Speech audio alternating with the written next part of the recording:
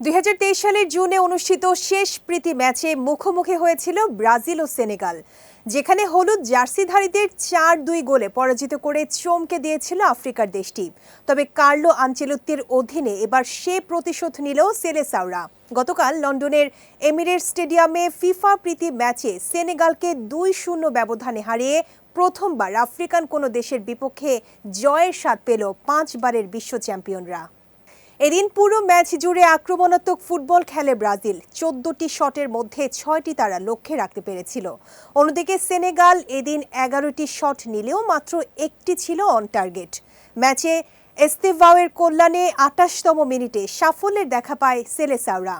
ক্যাসিমিরোর through ball প্রতিপক্ষের একজনের পায়ে লেগে ডি বক্সে পান এস্তেভাও, আর তখনই ছুটে এসে বক্সের ডান প্রান্ত থেকে বাঁ পায়ের জোরালো শটে জাল কাপান ১৮ বছর বয়সী ফরওয়ার্ড। এর ৭ মিনিট পরই ব্যবধান দ্বিগুণ করেন ক্যাসিমিরো। বক্সের খানিকটা বাইরে থেকে রদ্রিগোর নেয়া ফ্রি কিক ক্রস বক্সের ৬ গজ দূরত্বে অরক্ষিত পেয়ে দেখে শুনে কোনাকুনির শটে জালে জড়ান এই মিডফিল্ডার। এদিকে ৪৫তম মিনিটে গোল শোধের সুযোগ এসেছিল সেনেগালের সামনে, তবে ব্রাজিলের রক্ষণের নৈপুণ্যে একাধিকবার শট নিয়েও ব্যর্থ হয় সেনেগালিজরা।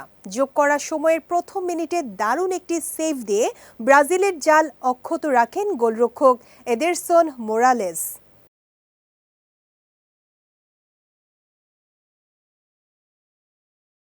এরপর দ্বিতীয়ার্ধে লড়াই জমিয়ে তোলে সেনেগাল। সাদিও মানেরা বেশ কয়েকটি সুযোগও পেয়েছিল, তবে কাঙ্ক্ষিত জালের দেখা পায়নি।